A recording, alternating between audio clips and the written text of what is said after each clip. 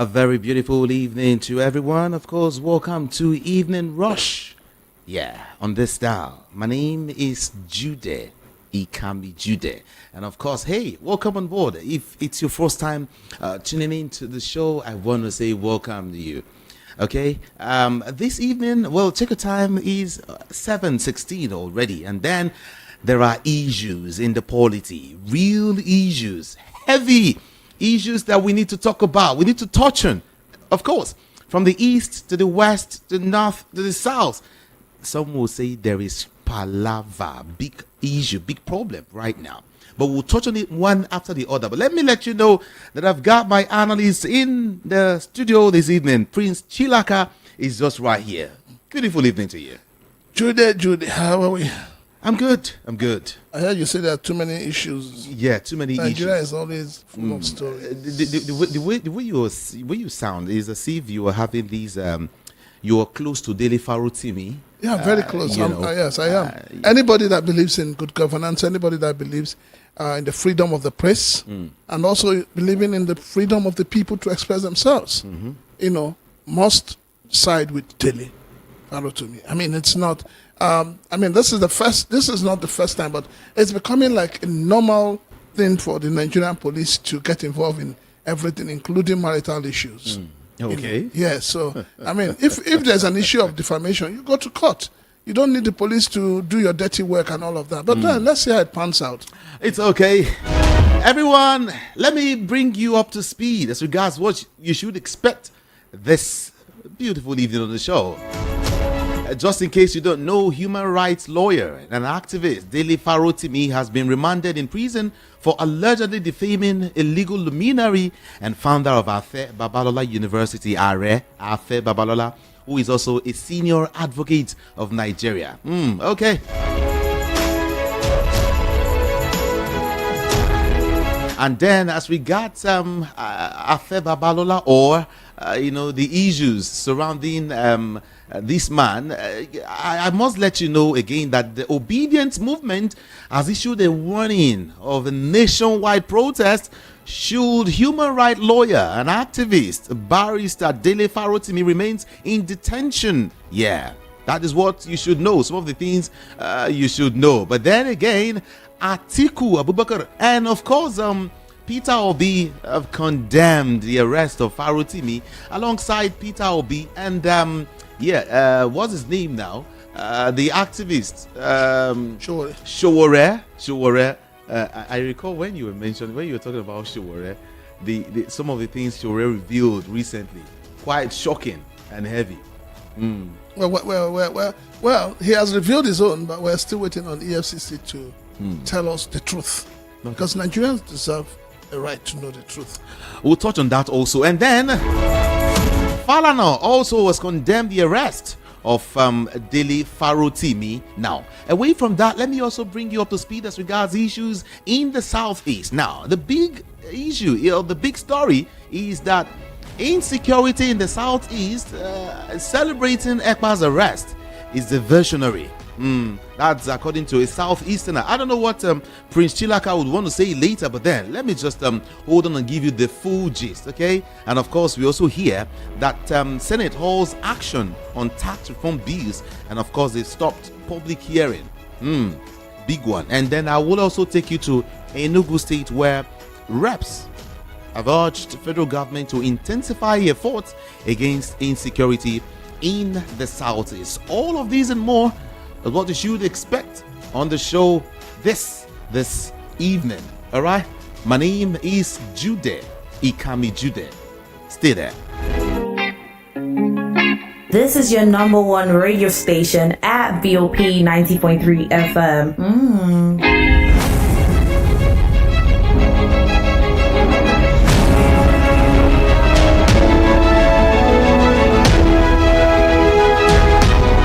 All right, welcome back, everyone. Let's begin. Human rights lawyer and activist Deji Farotimi has been arraigned before an Ekiti State Magistrate Court.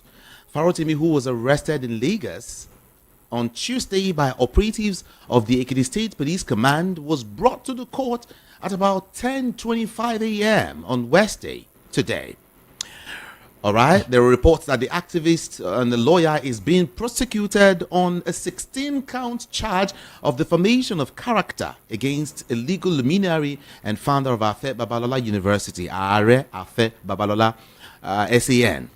He was accused of having maligned and defamed the character of Afe Babalola in his recently published book titled Nigeria and its Criminal Justice System. Now, the big story is that he, Deji Farotimi, has been remanded in prison for allegedly defaming Are Afe Babalola. You know, earlier reports, there was a report earlier that Farotimi was arraigned before a magistrate court in Ado-Ekiti from Lagos. Prince Chilaka. Yeah, I'm waiting for you to. They say it was too sudden. Yeah, I'm waiting for too sudden. Taking this guy from Lagos to Ekiti State. All of a sudden, he is in prison. You know, like I said, when we started, I said Nigeria seems to be drifting into a lawless society where people use police for whatever gains or points they want to make. First and foremost, police going to arrest somebody for defamation. I don't understand the role that the police is playing. But then I think the police said they invited him and he didn't show up and all of that. But it's not enough for him to be dragged from Lagos down to Ekiti. I mean, for me, this whole thing is just pre-planned. One will wonder why from Lagos to Ekiti. What's going on? Everything is pre-planned. You move somebody from his comfort zone to your comfort zone. That's how you win. You just want to tell him. Is that what you think? Well, that's what it is. And that's what's happening in Nigeria today. People get arrested from Lagos, they move them to Abuja. From Owerri, they move them to Abuja. From Abuja, they move them to Owerri. So one doesn't really understand what is happening with our legal system and our policing. It's becoming difficult to really understand what's going on. But one would say Are is supposed to have known better than what he is doing now. Well, yes, but then... He's a senior advocate of Nigeria. You see, it's not about being senior advocate of Nigeria. It's about wielding of power. The show of power. That is what it is. And unfortunately, the police has always been available to be used. The police has always made themselves available to be used. You have a problem with your landlord, you just go to the police. The police will just come and carry you. So we need to draw a line. Our policing needs to be of 21st century. If not for Fashola, when he was a governor, that he introduced the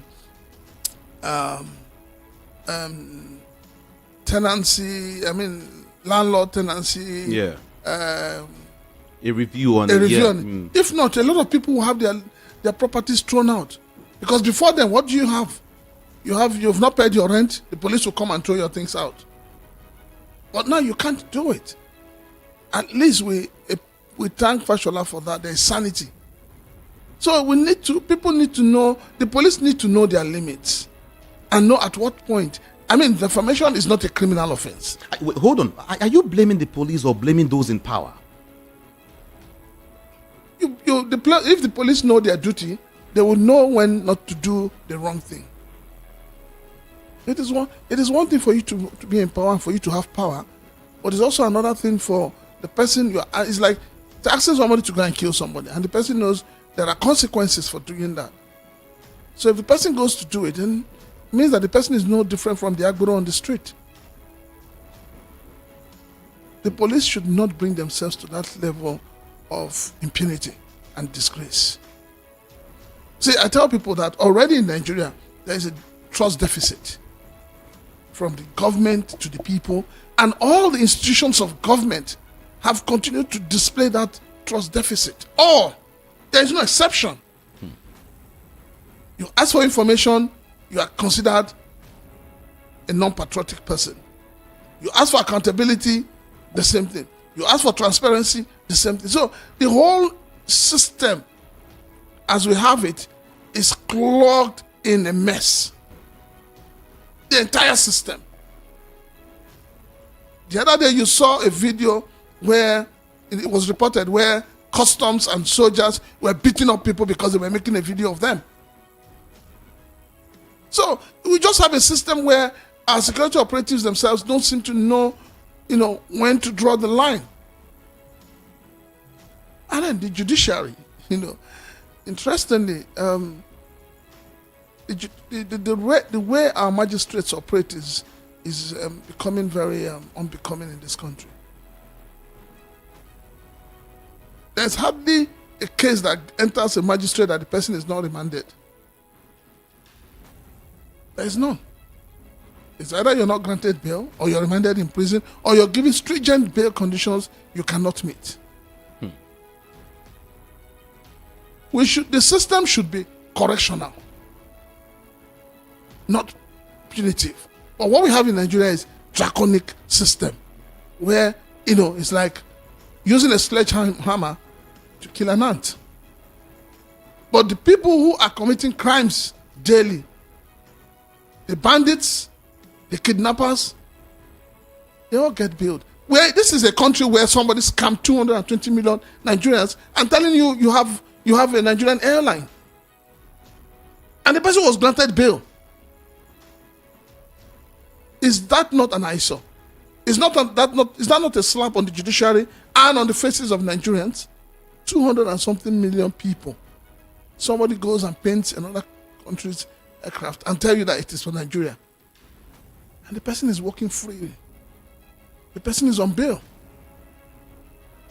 So we need to... I love you to break this down. How do people handle defamation of character? Because, Are is saying that, hey, you wrote a book, and in that book, you said this about me. That isn't true. Now, what are you supposed to do as a learned person? You go to court. But why has Are refused to go to court, instead decided to use the police to just arrest this man, and all of a sudden he is in prison? 16 count charge, just like that. When you take a case to police, the Nigerian police can reel out charges. And most times those charges are reputation. Most times the charges are reputation. They can reel out 1,001 charges against you just to make sure that, they exert so much pain on you.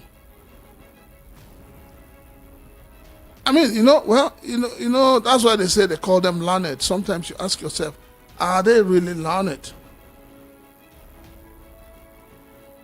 Are they learned? Defamation is like two fighting. And you go and lock up one person because I'm stronger than you, because my friend is the police commissioner, or because my friend is the IG. But I think the thing is, maybe there is more to this whole thing that we're not being told yet. You think so? Well, I'm trying to wrap my head around it. There must be more to it. Because I've also heard this, that probably there is a connection from Abuja, to make sure this man is dealt with and all of that, for speaking against government and all of that. I mean, allegedly now. Don't you think so? If Abuja's hand is in it, it's shameful. It simply means that we're no longer practicing democracy. Because under a democratic setting, freedom of speech is allowed.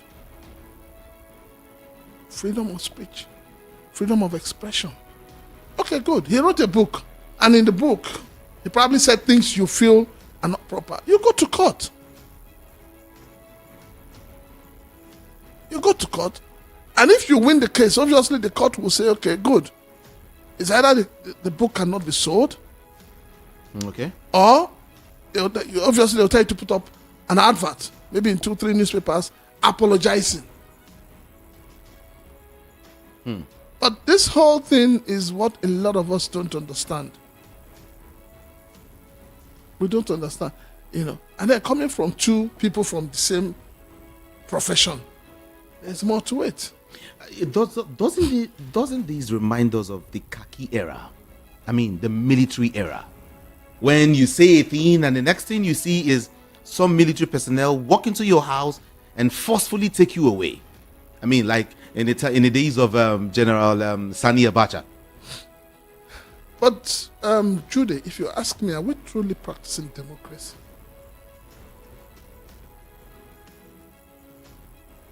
What we're really practicing in Nigeria today, is it democracy? I'm sure the way you're sitting down here, you don't even know the senator representing you. You don't know your local government chairman. You don't even have access to them. This guy that comes here once, Nonso, is it Nonso? What do they call him? Yeah. He's also in detention. His own case is even that the Attorney General of Imo State came and said he must not be granted bail.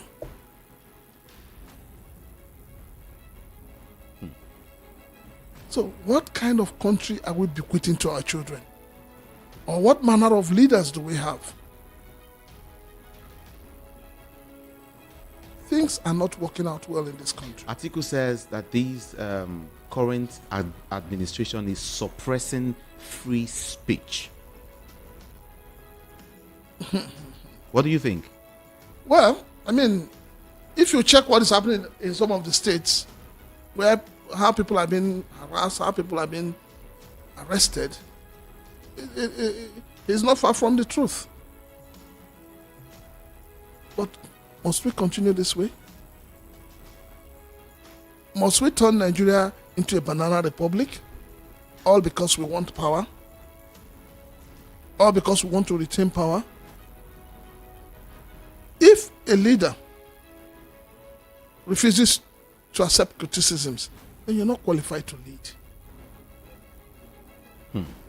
What makes you a leader is your ability to have an open mind and allow people to criticize you.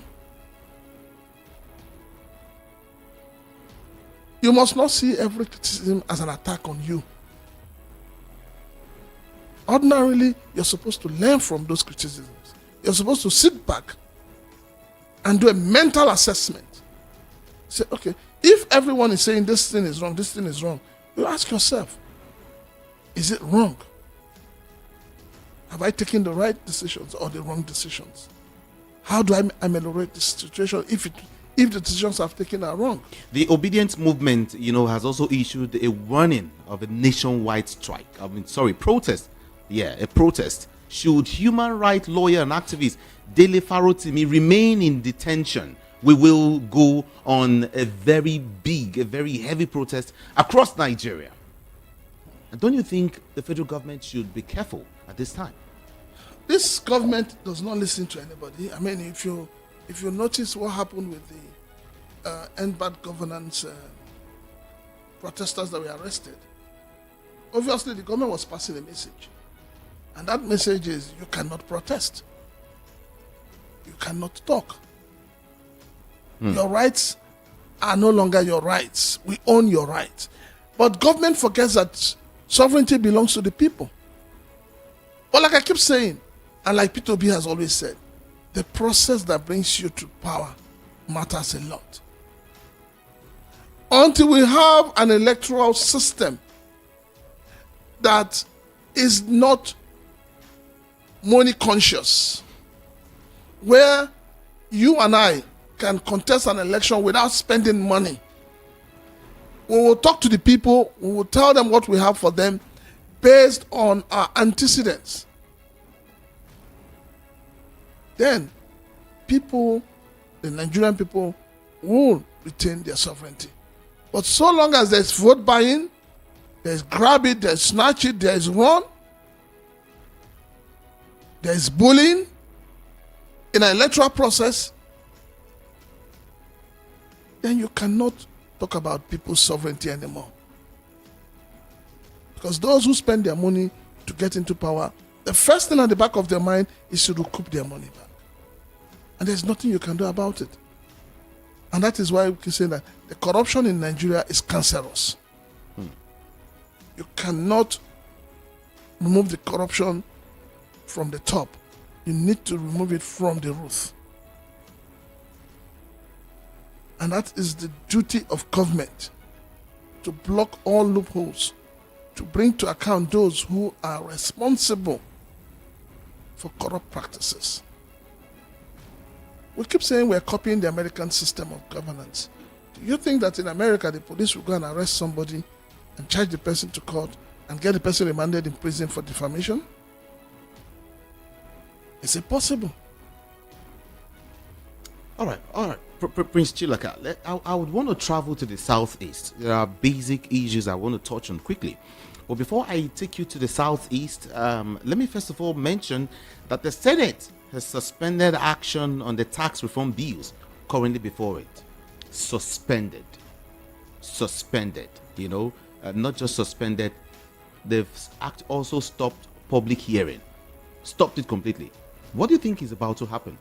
I mean, is it like some will tell you, oh, the northern elites and northern governors have actually won? Is that it's not about the northern governors winning. It's about putting the cart before the horse. Was it yesterday or so? The president was asking those who drafted the tax bills to sit down with the National Assembly and begin to discuss. And that's the first thing they should have done. Considering that this is a bill that touches the lives of everybody. Excuse me. Sorry. You understand? Yeah. That's the first thing he should have done. What the president has done with the tax bill is exactly what he did on the 29th of May 2023 when he said subsidy is gone. He just said it and pushed it down the throat of all Nigerians. So you expect him to do the same with the tax reform? No. That is what has led to all this brouhaha. If there had been discussions, if there had been dialogues before now, we won't have all this back and forth. But there were no dialogues. And maybe because, the senator said anything the Mr. President brings, we will approve. But, people are also, Nigerians are beginning to get wiser. Nigerians are saying, if we elected cannot checkmate, cannot do your oversight functions, we the people will do it. And that's what's happening. I am not one of those who would say, because the bill is talking about a certain category of people that will not pay tax, certain salary level that will not pay tax. No. I have asked one question, and that question I'll keep asking. The way we are in Nigeria today, with all the taxations going on, with all the revenue coming in, what do the government from federal to state have to show? How has the government been able to stop the leakages and the corruption in the system? If these new tax laws are put in place, how are they going to account for the funds that will come in? What are the machineries? What has been put in motion to be able to ensure that leakages, that corruption that is pulling this country down is taken care of? I think that the first thing the Mr. President should look at, instead of the tax bill, is to look at how to restructure this country. Nigeria is in dire need of restructuring. Honestly speaking. Of course, we've had restructuring. We've also had the Orosai report and all of that. Up until now. Okay, again, we had regional government. Up until now, you hear nothing anymore. I mean, it's past. We've moved on.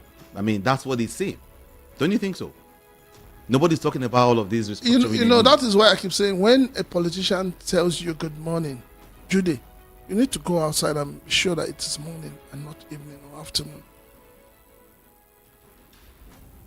What they tell you during campaigns and what they do when they come into power are at variance. And you know why? The candidates have no ideology. The political parties have no ideology.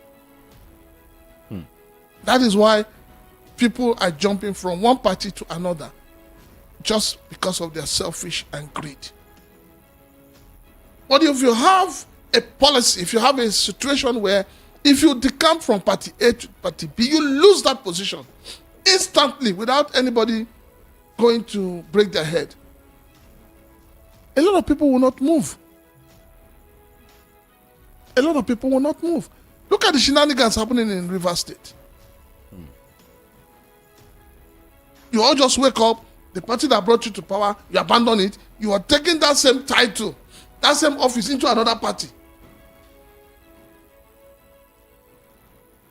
And while we're talking about the politicking, the judiciary has been brought into the mess, deep into it.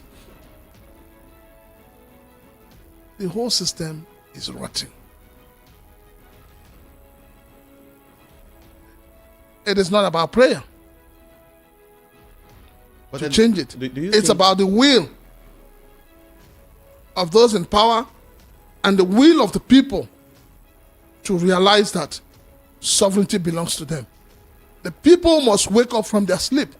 The people must understand that if somebody gives you 10,000 naira, 20,000 naira for you to sell your vote, you have sold your conscience, you have sold your dignity.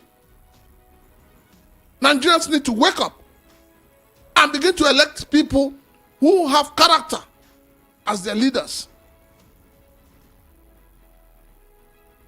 Until we begin to have people with character, with conscience in governance, until we begin to have leaders who are trained leaders, not leaders who will become leaders after they have gotten political power, this country will not move forward.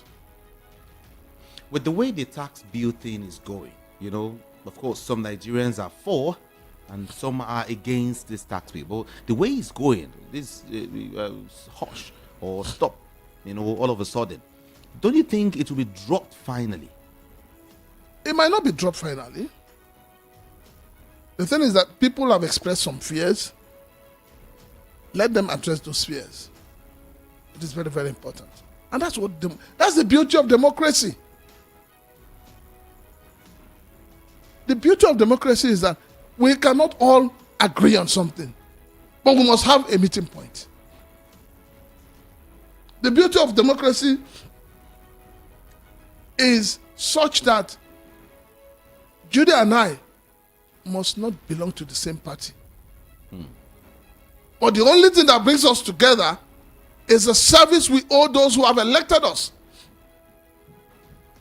To be accountable to them, to be transparent to them, to include them in whatever we're doing. That is the beauty of democracy. And that is why everybody yearns for democratic rule as against military rule. But sometimes when you look back, you ask yourself, have our leaders been able to, get themselves out of the military tendencies? Have they been able to look at democratic tendencies and say, yes, we are purely Democrats and not Democrats camouflaging as dictators? So there's so much going on in this country that I keep telling people it's not about prayer. If prayer is something that will do a lot of things, Nigeria would have changed. We have a lot of prayer warriors in Nigeria. We have the only thing we export from this country is church, is religion. I remember a few weeks back when somebody said it is his prayer and the prayer of those who followed him that has kept the naira, brought naira down, and I laugh. That has made the dollar to be stable, so to say. It's not about prayer. So you mean prayers don't... It is not to build a nation. Nation building is not prayer. Nation building is having people who have a vision and the political will to do this right thing. Nation building is when you have leaders who snub corruption, who fight corruption, who expose those who are corrupt. Nation building is when the people comes first in everything you do. That is what nation building is all about. Nation building is not about prayer. You mentioned fraud. You mentioned stealing. Let me also use the opportunity to mention that the senior pastor of Harvesters International, Christian Center, Bolaji Do, has actually debunked allegations linking him to, fraudulent real estate activities, and of course money laundering, describing the claim as unfounded and misleading. In fact, some persons have said that the Abuja 700 and how many? 53, right? Houses or whatever in Abuja is part of his whatever. I mean, it's linked to those that estate. And there are some other Nigerians, not only him, that are involved in this crime. And then the EFCC have said, well, we do not have any name yet. We've not been given any name. We've not seen any name. We've not, so we cannot mention any name. But Nigerians themselves have gone ahead to start mentioning names. So who is doing the job? What's really going on? You see, as you and I sit here today, there's a serious trust deficit between the people and their leaders. And so each time the government says anything, the people take it with a pinch of salt. The people begin to make inquiries. The people begin to investigate to be able to say, this thing is true or this thing is wrong. First and foremost, the EFCC once more has not been truthful to Nigerians. You cannot tell us that you've gotten properties for featured and all of that, and you're not telling us the owners of the property. Jude, is it possible that a law enforcement agency will go to the court and say they want to take over VOP, and the court will say take over VOP without somebody or the owners of VOP coming out? Are you saying that the court just works, in absentia of the defendant? So when they went to court, who did they sue? They sued the building. Was it the building they dragged to court? We need to know. And before you even go to court, are you trying to tell me now that they just saw buildings, no owner, nobody owns it, and they just went to court and say, this building, we want to take them. We want them to be forfeited to government. The way government agencies pass information is the reason Nigerians don't trust anything that comes from government. And that's the truth. Now, talking about the pastor that was arrested and all of that, it's not today that pastors have been arrested and charged for money laundering and all of that. But the thing is, do we get to see the end of it? Do Nigerians get to be informed about the end of it? I am one of those who don't believe in media trial. And the EFCC is very fond of doing media trial. Nigeria seems to be the only country where you get arrested, and while you're in detention, they commence investigation. Ordinarily, the security agencies are supposed to have finished their investigations, so that as they're picking you up, they're heading to court. But we have seen so many times that cases have been thrown out of the court because EFCC was unable to prove beyond every reasonable doubt. I don't think those 753 houses came from the moon, or I'm not sure they came from Dubai, or are they part of the list? It's part of the question. Are they part of the list handed over to Buhari's government of those terrorizing Nigeria that we have never seen and nobody talks about it? The 400 names. Yes. There's so much abracadabra in governance in this country. The more you look, the less you see.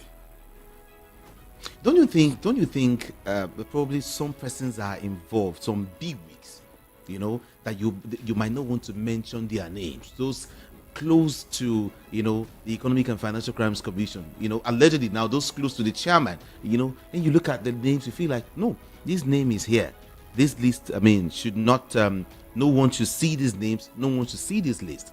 Don't you think that's what is happening? Because hey, I told some persons even on my show this morning, I told them, see, when you get to Abuja, you find out several estates that has none occupying them, or just few persons, an expanse of land, you find out that there is this very mighty, gigantic, nothing is going on there. Everything is just, you wonder who are the owners of these estates. Jude, first and foremost, nobody goes to build on a virgin land. Nobody can just wake up. We're not talking of shanty now. We're talking of duplexes, well-built houses with designs, architectural designs. And for you to build such, you must have government approval. Okay. You must have government approval. So who was it approved to? And who, if the land was bought from an individual, who sold the land? If the land was gotten from the federal government, who applied for the land? And which of the ministers approved the land? Who in the Ministry of Housing or Works approved the building plans? So we're not talking about, shanties, you find people just come, they use zinc and wood and no, but these are well-built houses. So for EFCC not to release these names, or EFCC claiming to be ignorant of the owners, simply means that we have gotten to that level in our country where we protect big thieves and expose the small thieves. After all, they say a person they catch. Everybody be thief, man. A person they catch, now be is real thief. So if that is where it is, then it shows that this government is not doing anything in the fight against corruption. I still believe deep down that property or the properties as stated cannot belong to one person. And I also want to believe that if it's an estate, it cannot be built in the name of somebody. Except you're saying it is, for instance, it is Jude's estate or Michael's estate. But even at that, paperwork were done. Somebody did the paperwork. Somebody was, somebody is the architect. Somebody is the builder. Who was paying the builder? So the builder was building without being paid? So they were just building. Or we just woke up one morning and we just found the houses there. The FCC need to be very sincere with Nigerians. And if you look at it, you'll find out that, maybe this is one of the reasons why some governors are calling for the scrapping of EFCC. Maybe, just maybe. If these were Yahoo boys, you and I know, their laptop, their Nokia phone, everything will be displayed, their pictures will be displayed with their faces. But we're talking of billions here. You know how much it takes to build a duplex? In a Nigeria where a bag of cement is going for about 11,000, you and I know. Even if it was built while cement was still around 6, 7, or 8,000, it doesn't matter. It's still not it. The point is that property belongs to someone. If you recall, that's why I said there's a trust deficit. On the 29th of May 2023, when Mr. President said subsidy is gone, he said those who have been benefiting from subsidy will be prosecuted. He will arrest them and prosecute them so that Nigerians will know, has anyone been arrested? Has anyone been prosecuted? And we're all moving on. It's like nothing is happening. People are not bothered. Today, petrol is going for 1,030, 1,050, 1,001, and 1,002.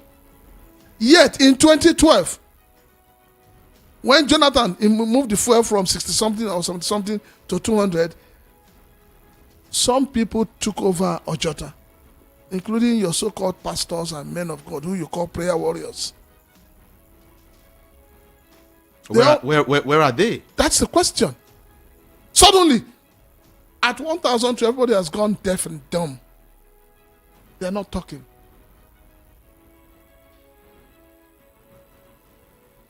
Tribalism, ethnicity and religion, if not wiped out from this country, will see to the demise of Nigeria. Voice of the People, 90.3 FM. Now, let's take a walk to the southeastern part of Nigeria. Okay?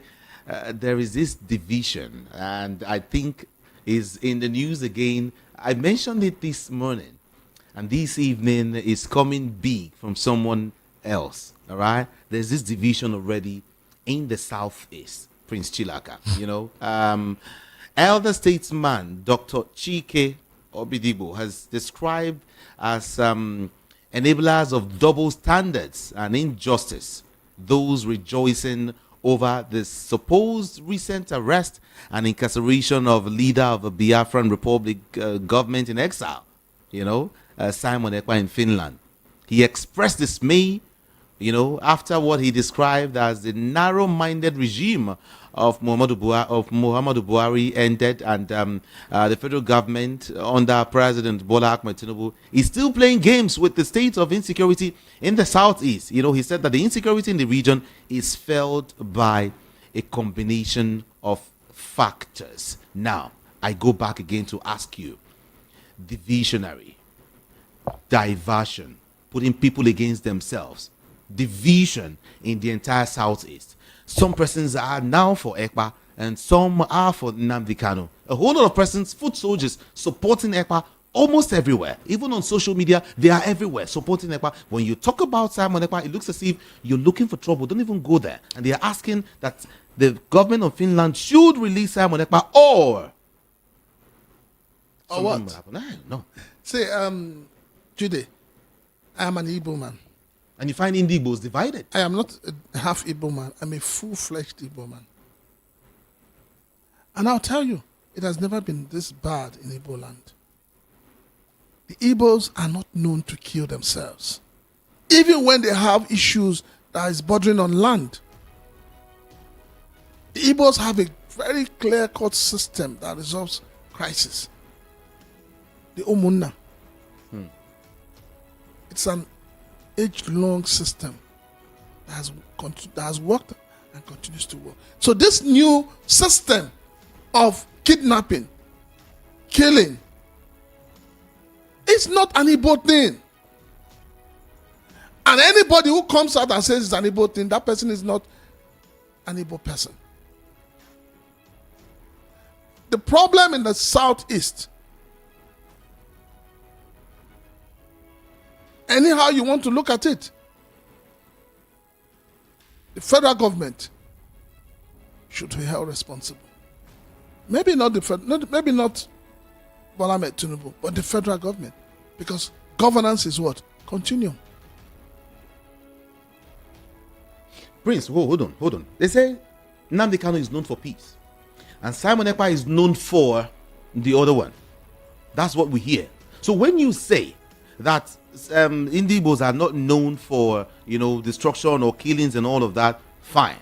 But then, how come we now hear that it is now man eat man? Like it is now one against the other, brother against, you understand? So that Simon Ekpa has been breeding boys, soldiers. Wait, please. When you say Simon Ekpa has been, breeding soldiers, first and foremost, Jude, the Southeast governors, I think there are 5 of them, need to come clean and tell the Igbos, the Southeasterners, and the entire Nigerians who these so-called unknown gunmen are. It's very, very important. If we can be able to decode who these unknown gunmen are, I am telling you, the peace in the southeast will return. That is on one side. 2, this whole, what I'll call madness in the south, started with sit at home.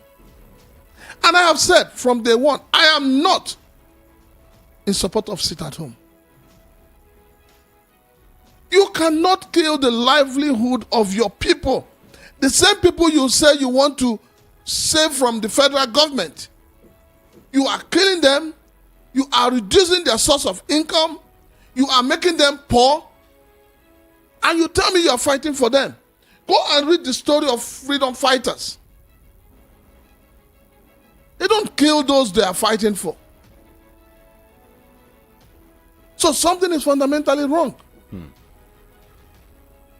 If those who believe in Simon Ekpa can boldly tell me that in the last I think it's a year plus or so, since they introduced this sit at home, of what significant value has it been to the Southeast?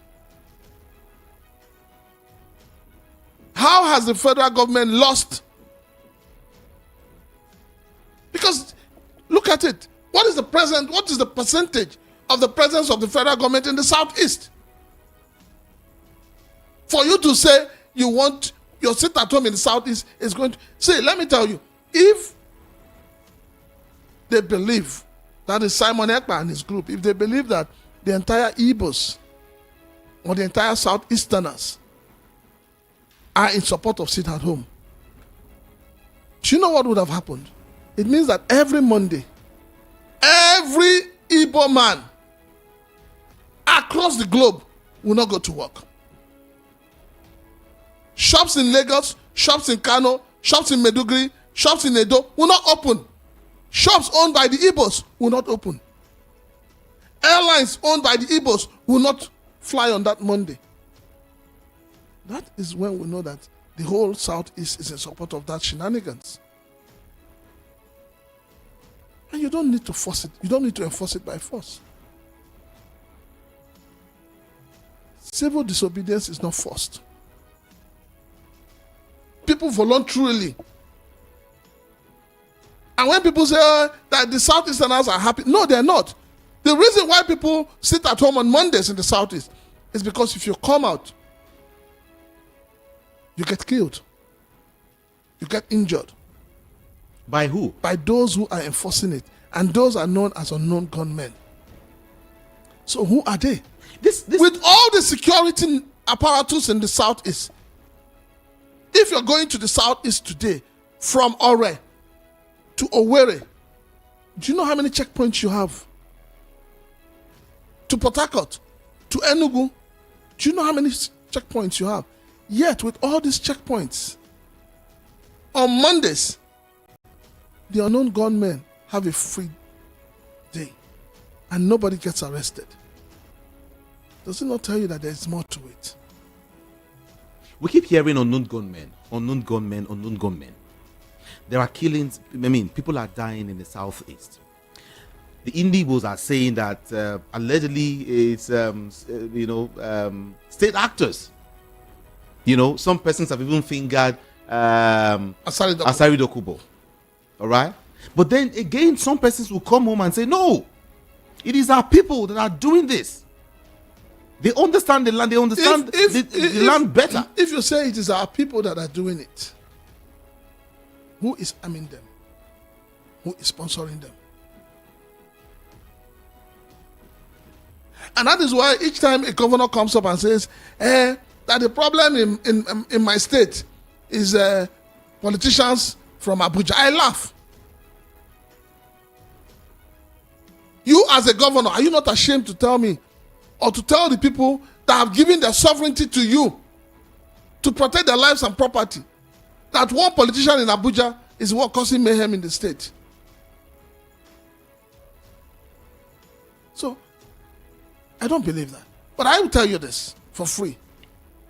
I have never been a supporter of violence. I've never been a supporter of Simon Ekpa. I see Simon Ekpa as just one of those who is benefiting from the ideology called Biafra. Oh, really? Yes. So I don't. Those who support him, those who believe in his ideology, need to go and have their heads checked. On the other hand, I will tell you this too. Okay. I believe that if we're looking for peace in the Southeast, the federal government needs to take a step. And that step is setting Nnamdi Kanu free. Why? The sit at home started as a result of his incarceration. Those who have been killing will tell you that we're killing because of Nnamdi Kanu. Set him free and let's see whether they have any other reason for killing people, kidnapping people, destroying people's properties. But I can tell you one thing for sure, Judy. So long as the Southeasterners feel marginalized, the call, the agitation for secession will never end. If you like, lock up Nnamdi Kanu, throw away the key. Lock up Simon Ekpa, throw away the key. It's an ideology. It's an ideology. It does not just vanish. What will make it vanish is to address the core root. Why are people agitating? Why is it that the youths or the people of the Southeast, why are they agitating? They're agitating because they feel marginalized. They feel that Nigeria has not fully embraced them as Nigerians. And that's the truth. You know, just this morning, I promised that I was going to visit, if possible, the 5 states in the Southeast. Because there are several reports of people saying that the media is underreporting activities or what is going on in the Southeast right now. It's the truth. And that's why I've taken it upon myself to visit the Southeast any moment. The truth of the matter is that we seem to have more of dictators as governors than Democrats in the Southeast. Check it now, Jude. Check it.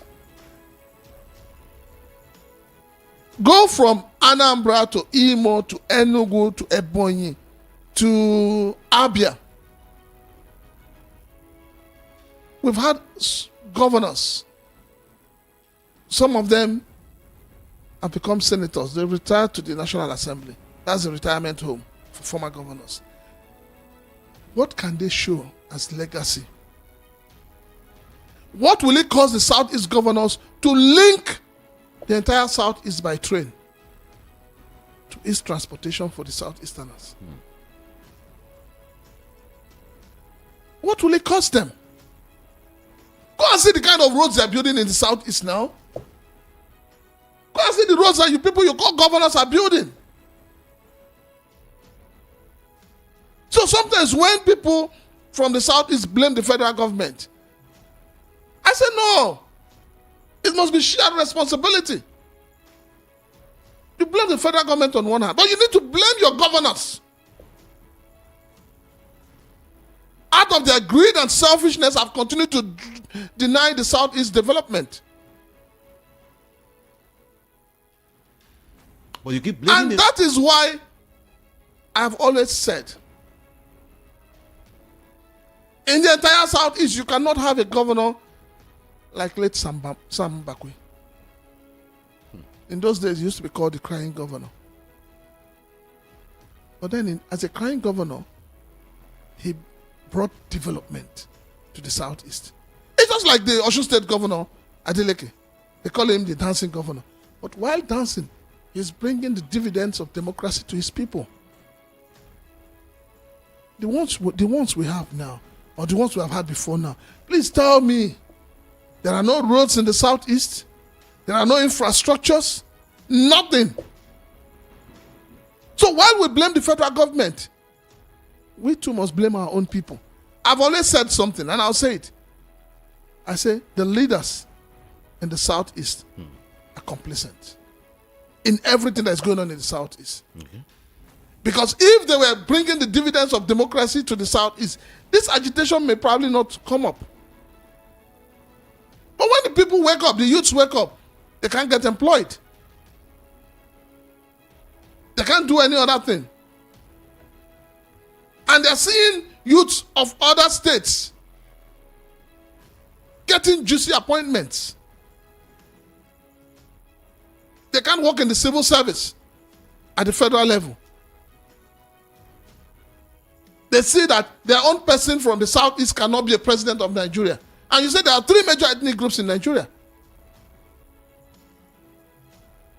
They feel ganged up. And when people feel gang up, what do they want? They want freedom. So, whether it is Nnamdi Kanu, whether it is Simon Ekpa, take them out. Another person will come up. Let me ask you a question. Whose duty is it, or when it comes to insecurity in the Southeast, who should we hold responsible? The federal government. Hold on. The governors of the state or the federal government? The federal government. Why? The governor of a state is called the chief security officer, but he does not control the commission of police.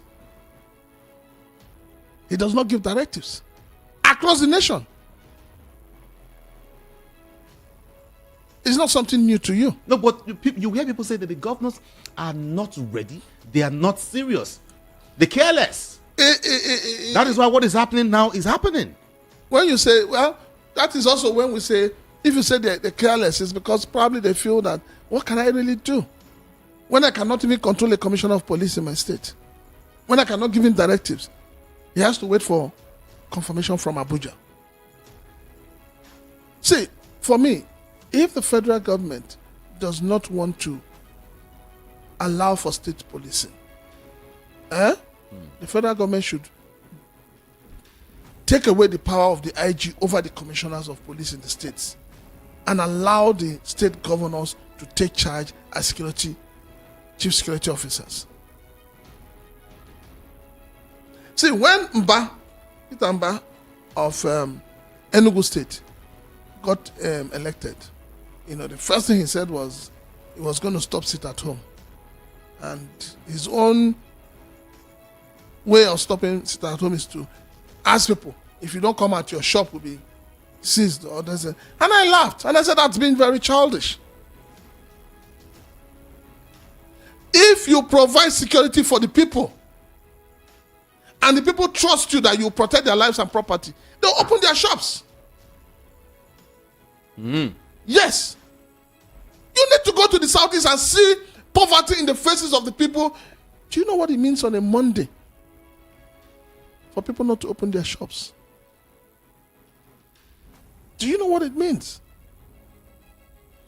Do you know what it means if we say, okay, because of the sit at home in the Southeast, all the markets, shops owned by Igbos in Lagos are not to be opened on Mondays? It means if your car breaks down on the road, there's nothing you can do till the next day. The Igbo people are businessmen. That's how they survive.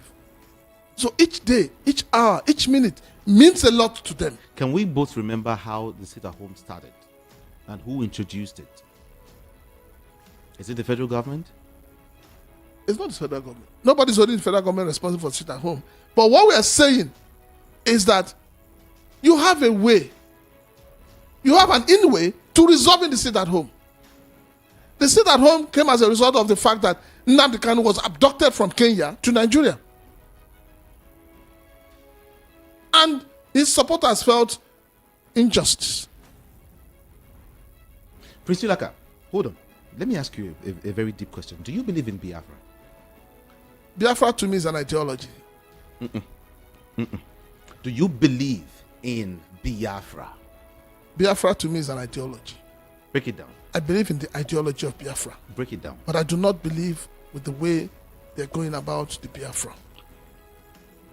Do you think that Biafra can be achieved? Is it possible? Yes, it is.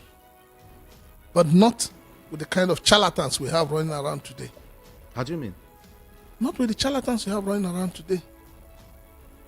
For Biafra to be achieved, those you have today as leaders in the Igbo land must buy into it.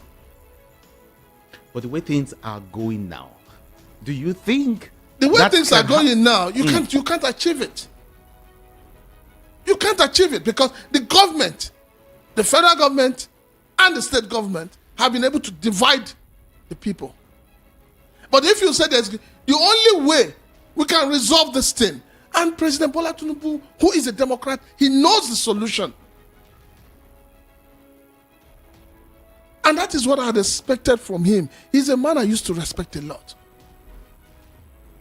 Let us have a referendum. Let us have a referendum. If the referendum says Southeast must remain in Nigeria. It ends the whole thing about agitation. After all, you see people agitating, the Yoruba agitators, agitating for Yoruba nation. Carrying letter from Prime Minister to the Speaker and all of that in UK. They are also agitating. So when you have people agitating to secede from a country, it means that there is something fundamentally wrong with that country. It means that people are not happy, people are displeased. You cannot force people to remain in where they find sadness, unhappiness. No. Address the issue. The government should be able to ask themselves, why are people agitating? How do we take care of this agitation? See, let me tell you. When don't you think? Hold on. Okay. When the Southwest, the issue of Abiola came up and they were, all over the place agitating. What did the Nigeria came together and gave them Chief Olusegun Obasanjo to give them an identity, to make them feel at home.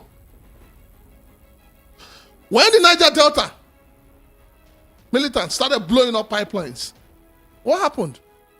Jonathan was there.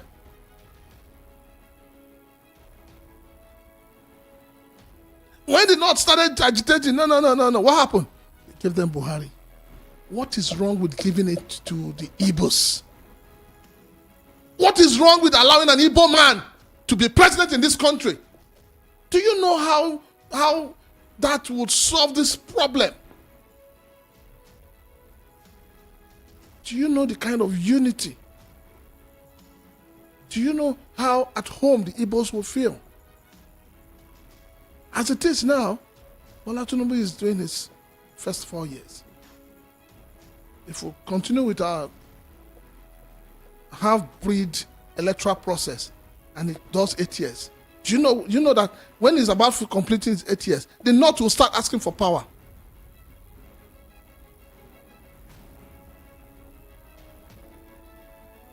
You know that. Who can stop sit at home? If you ask me that, there cannot be a clear-cut answer to it. Why? There cannot be a clear-cut answer to it.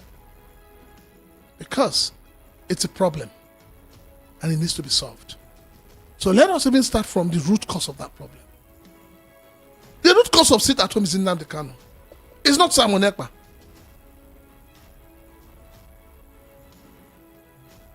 It's the truth.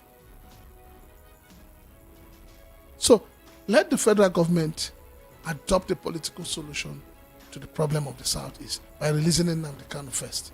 If you release Nnamdi Kanu and the sit at home does not abate, then we now know that there is more to it than meets the eye.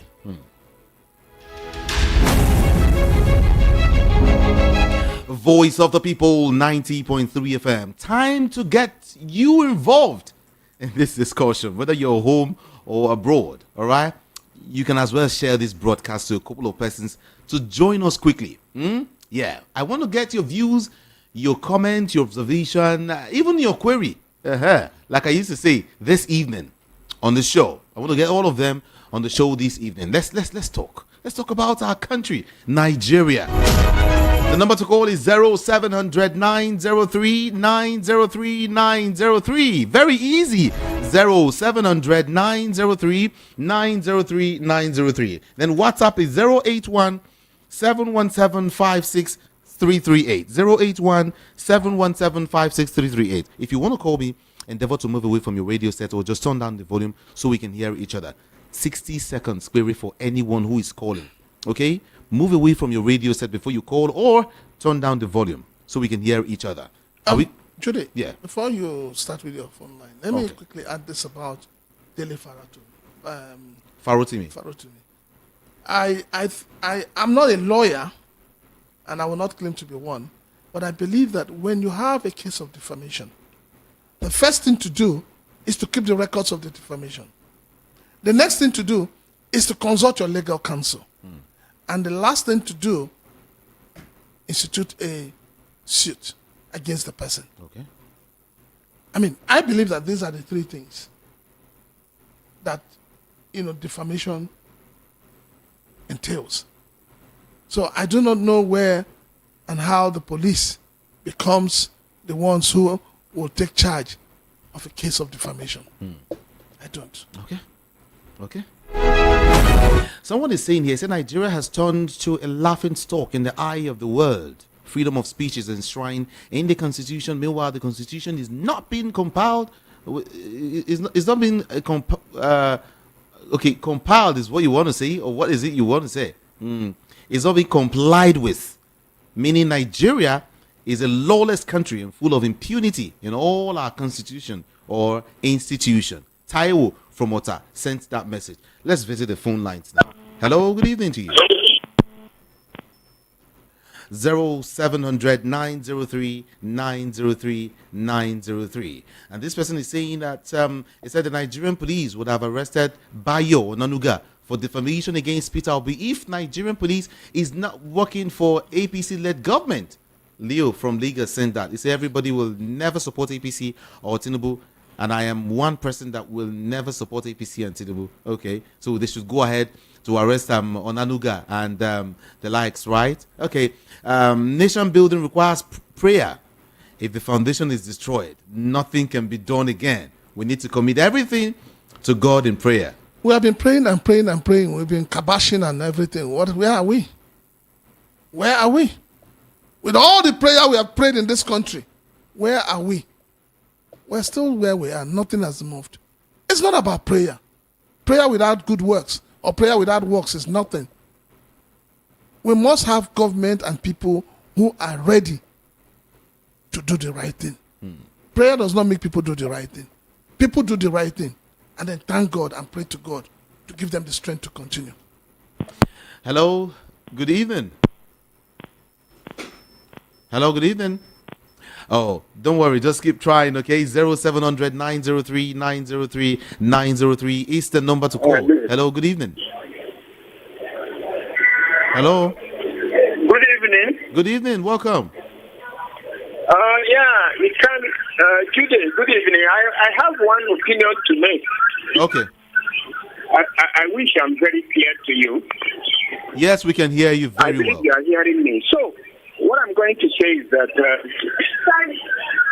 to end sit at home, to answer that your question, please release Nnamdi Kanu from detention now and see the magic will happen tomorrow. Thank you very much and good night. Okay. Release him and you will see what will happen. And this person is saying, Prince Chilaka, the manner at which our judges make different pronouncements of same case in different courts is, to say the least, a deep regret. The fundamental principles and beauty of democracy is the rule of law. Nigerians should speak in one voice, compelling our legislators to declare a state of emergency for the amendment of our electoral law, because the manner at which our politicians use judicial officers as stooges for their political victory is gradually moving Nigeria to a state of anarchy. Also, independent candidates should be entrenched in our constitution. Stephen from Ijegun in Lagos is sending that one. All right, let me talk to you. Hello, good evening. Hello, good evening. Good evening, welcome. Yes, Mr. Ikamijige. Welcome. What's your name? Good evening. My name is Mr. Oscar. I'm coming from Batagay. All right, welcome. I speak to you, so it's like us. Good evening, sir. I greet you. Yes. Yes, I really want to make point on the arrest of the activists, the lawyers I did. When you listen to the story, not only this radio station that story, the man said he was libeled. That is what he sued for. But the other man, that's the Affair Babalula said the defamation of character. The way you put defamation of character as if it's not a criminal offense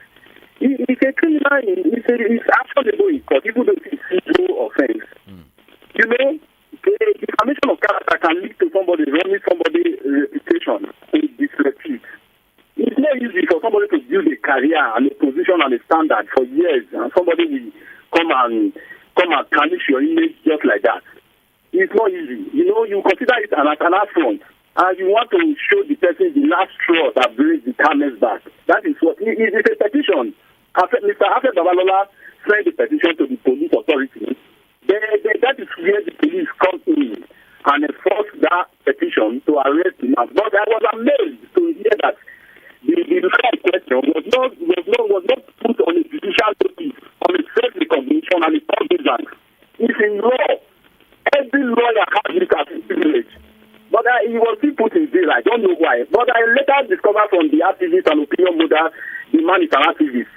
That Diversionary is an activist. I never heard of him as an activist. But notwithstanding, it has become a public notice, and the matter will not be so that strong. Defamation, defaming somebody is like running somebody's reputation. Every person that has built a career to eat speaks.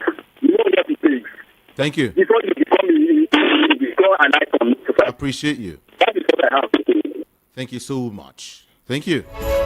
Now, this person is saying on Farotimi, Nigeria is already on a self-destruction or on a self-destruct. Is that what you said? It's no longer news. The visible tears from the blood eyes of a judicial symbol. We have watched helplessly the burial of the mangled body of justice. Goalposts have been shifted to accommodate interest and insubordinate ambitions. We are fast driving to the recipes and already looking into the canyon. But there is a date for the drivers of this vehicle of infamy. I am Comrade Sam Okwa, who sent that message. Thank you so much.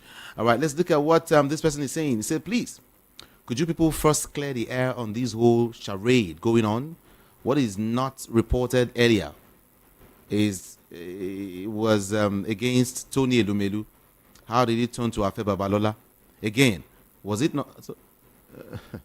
No, but I think the thing is, I guess when the arrest was made, speculations were strife and people. That was Tony Elumelu. Yes, people churning. Let me tell you this, Judy. When you don't give people the right information, fake news takes over. That's the truth. That's the origin of fake news. When you don't duly inform people. So when the arrest was done and the manner in which it was done, people started making speculations. And it was in the midst of the speculation that the truth of the matter came out. Again, was it not also speculated that the property in Abuja belongs to God in the Mayfele? So why are we still expecting to know the owners? Godfrey, we all need to know because that is speculation. But we need to really know because they are the ones who went to court. They are the ones who got the judgment. So they are the ones who will tell Nigerians who is involved. Voice of the People, 90.3 FM. Chinemere is saying something here, but then let's take this call. Hello? Good evening. Okay, the leaders in the Southeast at all levels are not serious. Go there. You will see a lot of abandoned projects scattered everywhere. I was watching Opus Odima when he was commissioning an uncompleted building, so the uncompleted so-called health center that reminds me about the unusual practice of showing some white men and some equipment and some red sand in the construction site. And after the ceremony, they will abandon the project and will never go back there again until they finish their tenure. It got me angry. Chinemere. Is that what you say? It's all right. Let's talk to you now. Hello, good evening. Hello? Hello. Good evening. Hello. Hi. Yeah, good evening. Good evening. Good evening. It's Chinyere on the line. Okay. Yeah. She, my brother. Hello? So, listen, when Nigeria court set Nnamdi Kanu free, Nigeria government refused to release Nnamdi Kanu. That is the anger in Igbo land. Let them release that man. I think that is not the governor has done that. Why? Let APC, let them release them. Now then hold them. APC hold them, they cannot there. Okay. When they release them, when they see whether peace will not come back in Igbo land. We don't have such problem in Igbo land now. Why is court, Nigerian court that went to Kenya to arrest him, set him free? I think we're having issues with your network, right? Oh, I'm so sorry about that. You can call back if you can. Yeah, sweet regards to the man of goodwill in the studios. Pardon me to say that. I am disappointed in the ways and manners by which Nigeria is being governed by both the past and the present leaders. I think our leaders should know that no nation can develop when equity and justice are not upheld. Please, Nigerian leaders should protect Nigeria from total destruction by doing the right things. Nigerians are suffering, dying of hunger, disease, poverty, and frustration. Above all, innocent people are being incarcerated. Agege from Agege sent that message. And then this person say, anybody that comes here supporting Simon Ekpa is a terrorist. Simon Ekpa is a criminal and a terrorist. And apart from Coca, he's saying that he's got several foot soldiers, so don't forget. He's got several foot soldiers. Igbos. When you say several foot soldiers, I'm happy that the several foot soldiers are also feeling the hunger and pain in the land. Yes, they're feeling it. You have a point there. Yeah, they're also buying petrol at 1,000 plus.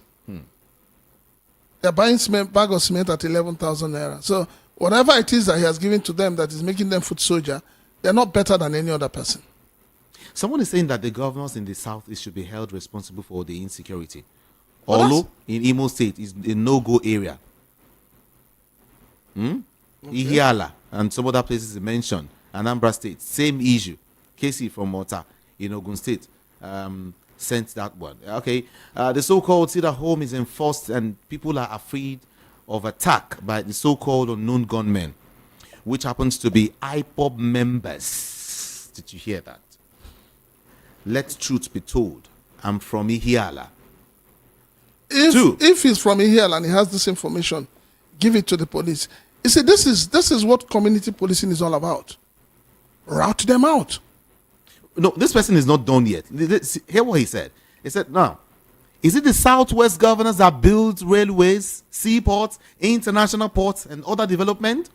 Enough of that comparison. Ralph from Satellite Town is saying that. When Imo State wanted to build an airport, maybe he's not aware, he doesn't know history. The late governor of Imo State, late Dr. Simon Ekpa, went to the federal government to build an airport. The federal government said they didn't have the resources. And that was where they started calling him the crying governor. He came back to the east and galvanized the people.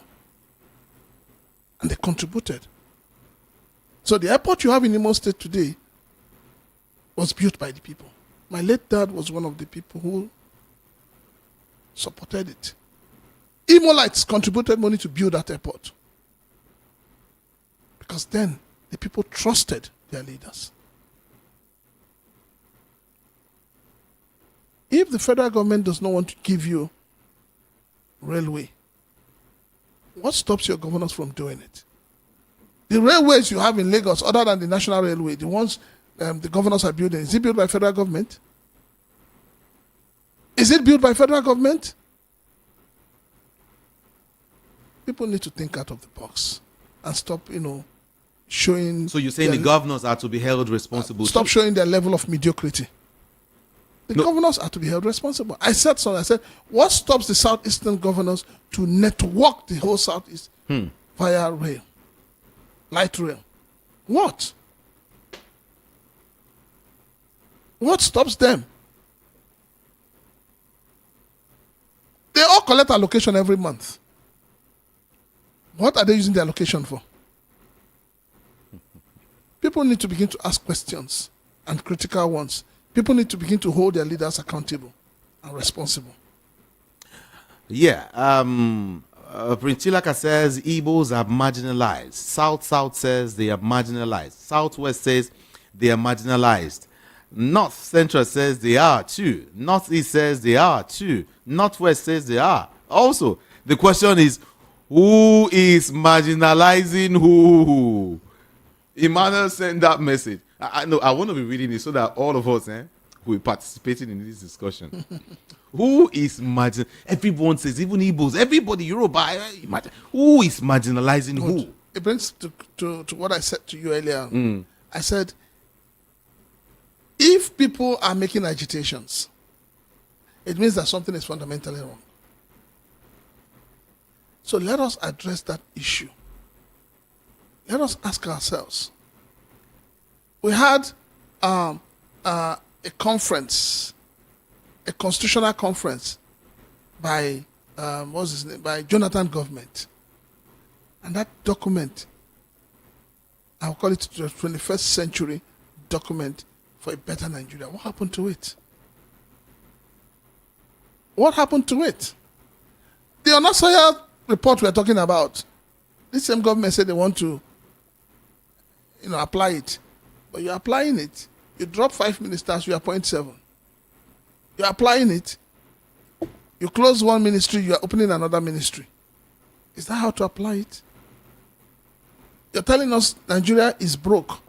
Nigeria is at the verge of collapse. And yet, you are spending and borrowing as if there's no tomorrow.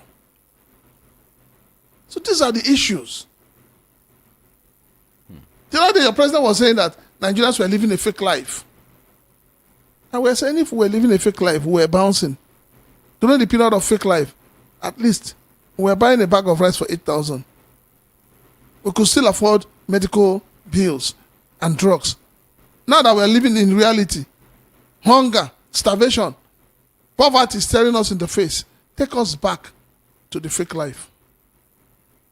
That's what we're asking for.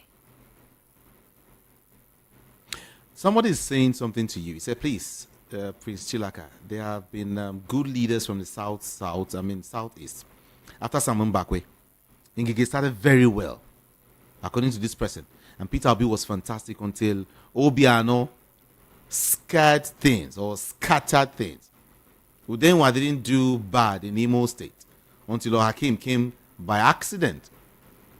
Umahi started very well until he entered APC and started dirty politics.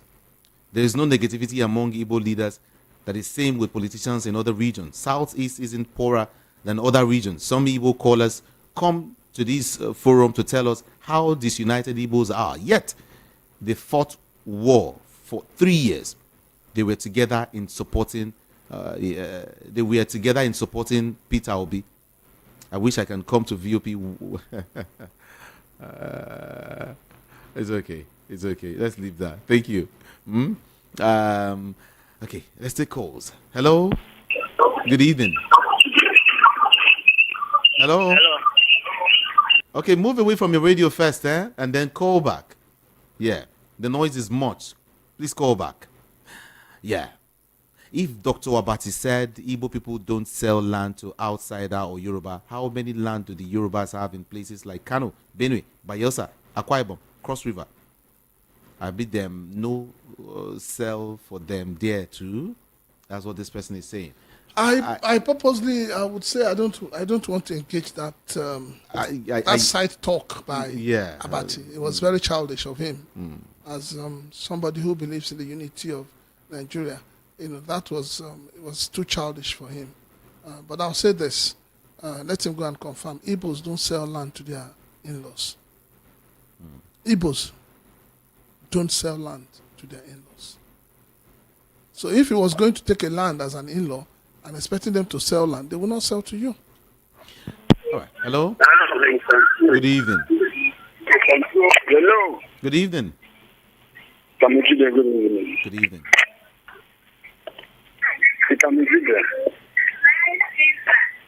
Hello, can you hear me? I can hear you. All right. It's a nice job you are doing. All right. Yeah. I wish Precious will remember wherever she goes and stay there, not coming back. Why? I said I wish Precious will remember wherever she is now and not come back again. Why? Why would you say that? Precious every time. Do you have evidence? Can you verify? Can you verify? Do you have evidence? Should not allow anybody to change our mind. Yes. Yes, now you have to verify now. Asking questions as if you don't know what is happening. You have to verify, you, my brother. I think that your statement was very, very harsh, okay? It can be do that. Now you want to call it Kamijide. He knows what he's doing. I know. No, you want to call it Kamijide. PDP spokesperson. Yeah, I can hear you. Go on, please. Go on. It can be Quickly. there. What is going on in the Southeast today, the insecurity in the Southeast today, hope should be called to question. All right? Because hope made a statement, a staggering statement that said that even if it is only two persons that remain, he will say that he will be governing them. It's a fact. All right? So the insecurity in the Southeast, especially in Imo State, started immediately when Obidigbo was declared winner by the Supreme Court. Imo State was peace-free. Anambra was peace-free until the emergence of Obidigbo at the front of Imo State. That's what happened. The statement he made when he said, this one that I thought is my power and God, and nobody will correct from me, that even if the only person I remain, he will say that I will be governing them. Then again, the Minister of Power should also be responsible in what is happening in IPOB today. In the person of Deji Farotimi. Deji Farotimi said that, and I quote him, he said that I will create a fraction in IPOB, inside IPOB. Why haven't the government called Jim to order? This statement that you made, that you create a fraction in IPOB, have you created it? Have you done it or not? All right. Thank you. Because no court in the world has prescribed IPOB as a terrorist organization except your Nigeria. This country called Nigeria. No court in Nigeria has IPOB. Thank you so much. Let's leave it there because of time. Thank you, Mr. Chidaka. I think I don't know if I would say I should concur with this person, what this person is saying, but let me read it out. It said, when you're asking for Igbo to be president, Igbos had they've been romancing PDP since 1999 and was supposed to give Peter Obi a ticket in 2023. But Atiku blocked the chance. Right now, they have been romancing the same man that will use and dump them in the primary. Igbo should know how to play their politics the way Yoruba is playing it. And how is Yoruba playing it? Support to support Buhari, and because of that, they gave ticket to Yoruba in 2023. You know, when you look at the American political system, you have the Democrats, you have the Republicans. The Igbos are Republicans in nature. You can't take that away from them. And that's why you see them always taking that position they take. So, whether an Igbo man comes from PDP or from APC or from Labour Party, what happened during the time of Jonathan should have replicated. We said it was Jonathan. It was time for the South. And everybody stepped down and allowed him to go. People need to understand politics. Politics is a game. Okay. Hello, good evening. Please do call back. How can a country that has corrupted leaders or corrupt leaders fight corruption? Corruption is running in the veins of the leaders in this country. Upon all the cry of hunger in this country by the masses, someone went to build an estate worth billions of naira. It is well with us in this country. Diamond from Obidigbo is sending that message. Okay? And of course, what's your name now? Beji. Thank you. Let me see if I can touch on some messages here. Like Anajit says, all work without play makes Jack a dull boy. Permit me to... no, you can't change it. It's okay. The case of prayer isn't working in Nigeria anymore. We need to work instead of spending all the time in church, chasing shadows and commanding blessings. We need factories. We need companies. We need tourism and many more to become like the industrial nations. Regarding the arrest of Farotimi, it is quite sad we are heading towards destruction where judiciary will no longer be relevant in Nigeria anymore. This is the climax of the whole thing. When those with power use it to suppress those at the lowest cadre. From Timmy. Thank you so very much. Now, the government of Igbo leaders who are in power are the ones worsening everything, because if it were to be Hausa or Yoruba man, I believe he won't spend 3 months in custody. I understand.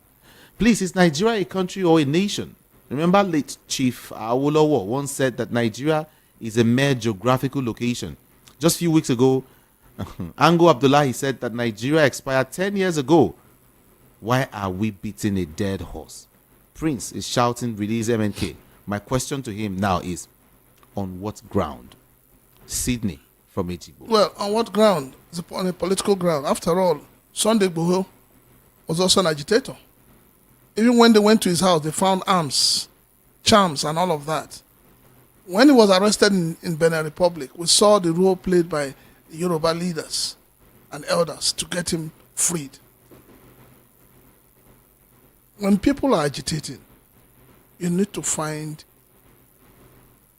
a soft landing. And that soft landing enables everybody to embrace peace. Someone is saying that to Nigerian politicians, the truth is an offense, but not a sin. I traveled to the east last week from Upper Iweka to Holy Ghost Enugu. I counted 20 police checkpoints. From Enugu to Umuahia, 17 police checkpoints. From Owerri to Onisha, 18 police checkpoints. Onyekachi Nwachuku from Ajao Estate. Now he traveled that travel. Former governor of Anambra State built cargo and passenger, international airport in Anambra.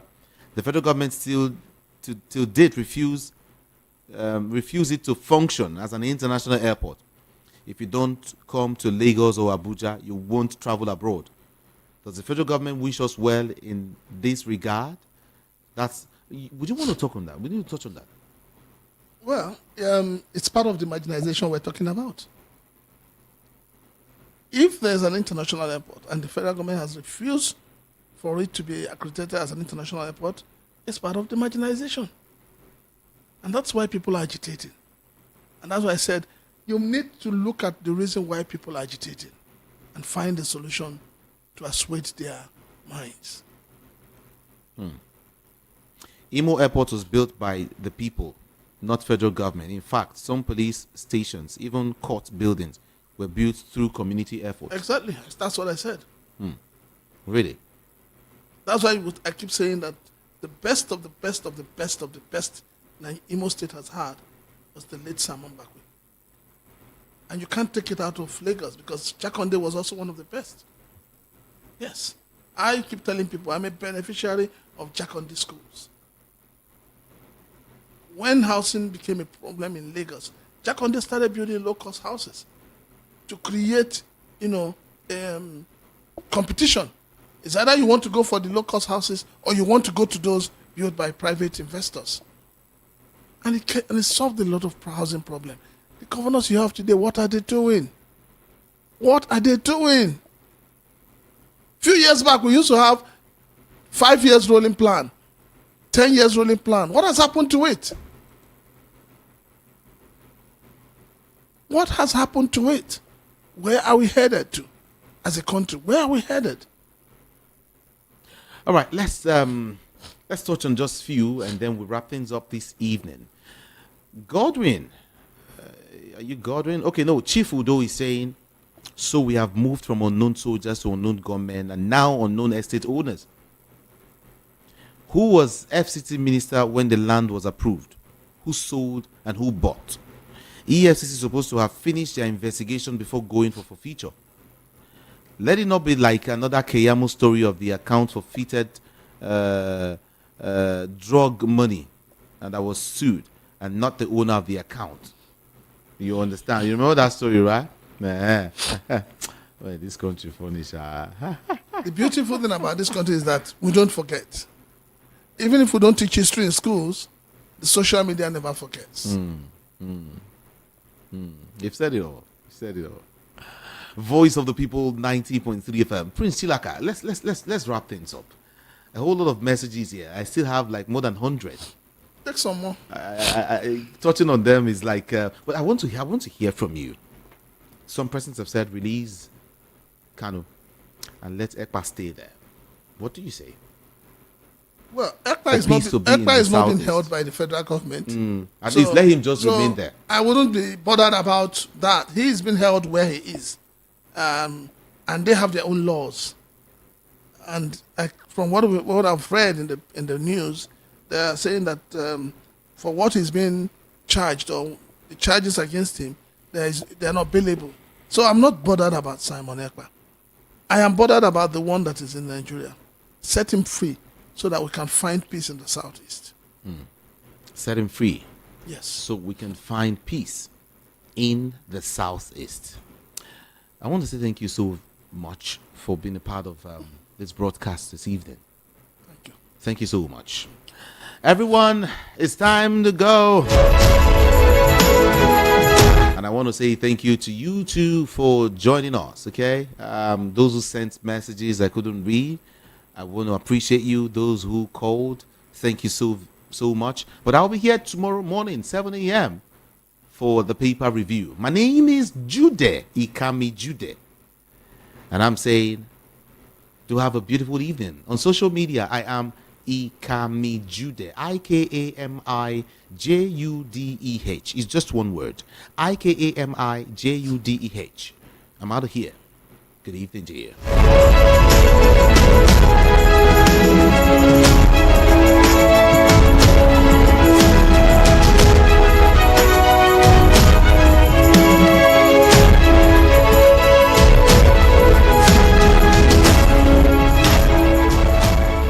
Please note, the views and opinions expressed on this program solely those of the individual contributors and do not necessarily represent the official views of the Voice of the People 90.3 FM, Lagos.